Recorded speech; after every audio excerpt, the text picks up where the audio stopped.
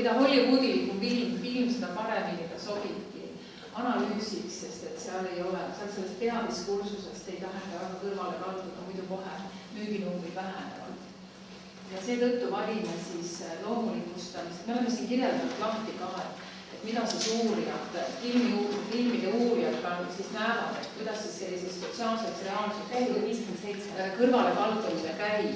Alustame siin, oleme Eesti filmi näiteid toonud ja siis ka sellise globaalse meelelahutusäri analüüse siia kirjeldatud, et kuidas naisi, kuidas mehi, kuidas seksuaalsättumusi, etilisi vähemusi, kuidas neid seal loomulikult ja kui... Ja mis kursus ei tea, kas see sina on ka teadnud? Kuidas? Kursus ei tea, kas sina on diskursus ongi nagu peavoolu teema, eks, kuidas see on see asjadest rääkimise viis, eks, et peavool ongi see, et nii asjadest praegu räägitakse ja nii ongi loomulik praegu asjadest rääkida. Ja kunstada palju samal kujul räägitakse, me tajume seda neutraalsena. Kui hakatakse õpilase käest küsima, et kuidas siin on loodud sinu jaoks see maailm, siis ta enam tihtipeale ei taju, et see on loodud, et talle tundub, et see ongi nii, et siin ei ole midagi loodud, et siin ei ole midagi tahtnud. Ja et ikka rõhutada, et see on nagu alati tehtud domineerivate uskumuste kohased.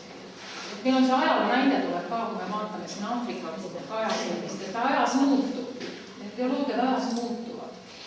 Aga me tahame anda ühe sisendi meditsiini, see on see näide, kuidas me toome ikka jälle selle meditsiiniseriaalide kohta näite, kuidas ideoloogiad on loomuliikustatud.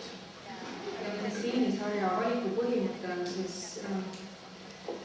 seetõttu, või meditsiinisarja valisime seetõttu, et kui õpilaste käest küsida, milliseid telesaateid te vaatate, siis väga paljud vaatavadki, kas tahtlikult või tahtmatult meditsiiniseriaale. Ja siin on, need pildinäited on siis ka Dr. House'i ja Grey Anatomia põhjal tehtud. Et see on siis lehekülg 61. Ja kui nüüd kirjeldada seda, et kuidas nad siis loomulikustavad ideoloogiad ühiskonnas, need haiglaseriaalid, et siis kui selle kahe näite põhjal hakata analüüsima, siis me hästi palju näeme nendes seriaalides seda, et mis on arsti missioon tänapäeva haiglas seriaali põhjal ja mida ta räägib ühiskondlike suhete muutumise kohta. See on arsti missioon, kas nagu haige teenimine ja aitamine või enesekarjääri tegemine. Eks seal on nagu hästi suur ideoloogiline erinevus. Selle vaielda, eelkõige on karjäär esiplaanil. Ja seetõttu on andekale arstile lubatud ülim küünilisus inimsuhetes. Küüniline haige kohtlemine. Dr. House see on selles maahaiglas. Aga kus see ja Dr. House'i küünilisus on tüüpiline, et ma ei hooligi sinu tunnetest, ma olen andekas inimene, ma ravin su terveks. Midagi siin sama kordus, et Dr. House'is selline üleolev suhtumine tegelikult selles maahaiglas ka, see kirurg, kellel on piip suus operatsioonisaalil ka, saalis ta teab, et ta on selles mõttes nii andekas, et talle on sellised asjad lubatud. Jah, et nii mõnegi koha peal ta nagu ei käitu väga empaatiliselt. See talendiotsingud, eks ole, et kui oled talent, siis on rohkem lubatud. Ja see kindlasti ei vasta enam sellele teise maailmasõja järgsele heale ühiskonnale, kus siis olid see hooliv ja kaitsev ja hoolivad inimsuhted, need on muutunud selles konkurentsiühiskonnas. Siis on, mis me seal märkame, on ka siis, et mis soost inimesed, mis rollides on, kuidas peresuhteid väljendatakse, millised peresuhted neil on tänapäeva konkurentsiühiskonnas. Jah, on üksikud inimesed. Nii, seega siis, ja isegi haigete hulgas, et me läheme päris haiglasse, siis milline on keskmine vanus patsientile? Ikka päris, ikka on, eks.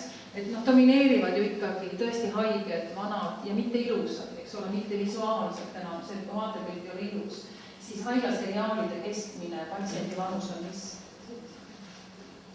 Patsientide vanus, patsient peab olema ka noores esitas. No nii on. Et kui me teeksime ikkagi keskmise, siis nad on keskmiselt 35-aastased ja täitsa ilusad inimesed peavad alati olema piitril. Nii, millise seksuaalse sättumusega, millise nahavärvi, millise keele. Seal ka poliitkorrektne kajastus on, eks ole. Luuakse sellist poliitilist korrektsust selle filmi kaudu. Hiiremaa haiglas oli hästi niimoodi, selline hästi poliitkorrektne film. Eriti just kõik eri rahvused niimoodi. Aga poliitkorrektsus lõppes vanusega ära. Et nii kui näitleja sai 40 lendas kohe. Kõik nad lendavad seriaalist välja, liiga vana. Ei ole nagu piisavalt noored ja seksitud selles filmis.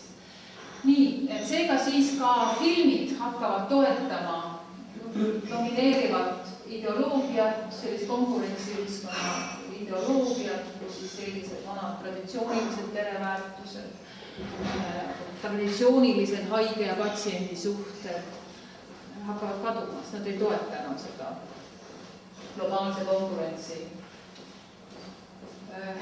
ideoloogiat. Ja muidugi ka see, et kõik raavitakse terves, eks ole, 20% haigusi on, minu andmetel on üldse diagnoosimatud. 20% haigusi on diagnoosimatud. Siis House peab kõik teha selline ebarealistlik üldse nagu haiguse, suremise ja haigla kujutamine väga domineeriv selles filmis. Kõik ootavad House'i. Haiglasse House'i. Aga võib-olla ongi päriselt selliseid üliandekaid ja hästi haiget tajuvaid lapste. Jah, aga kas me õigustame nende jämedat käitumist? Kas me loome seda korda, et meil ongi see lubatus, eesmärk ühiselt abielu? Küünilisi inimsuhteid, jah. Et kiidame selle heaks. Jah, aga kui sul on kui inimesel on haigus, kui ma olen raskelt haige, siis kas ma pigem olen küünilise ja andeka arsti või väga sõbraliku, aga vähem andeka. Tead seda eksmine, pädev või ei ole. Ja see on loodud ka see, et House lahendab, aga ükski arst ei võta iial. Ei saa võtta seda koormat, et ta lahendab kõik olukorrad. Okei, aga nüüd on sisuliselt, jah, selline film on oma ilu ja oma võluga, ta on ülimalt populaarne ja ta on, ja tema populaarsus järelikult ikkagi on see, et ta on selline peavoolu ideoloogia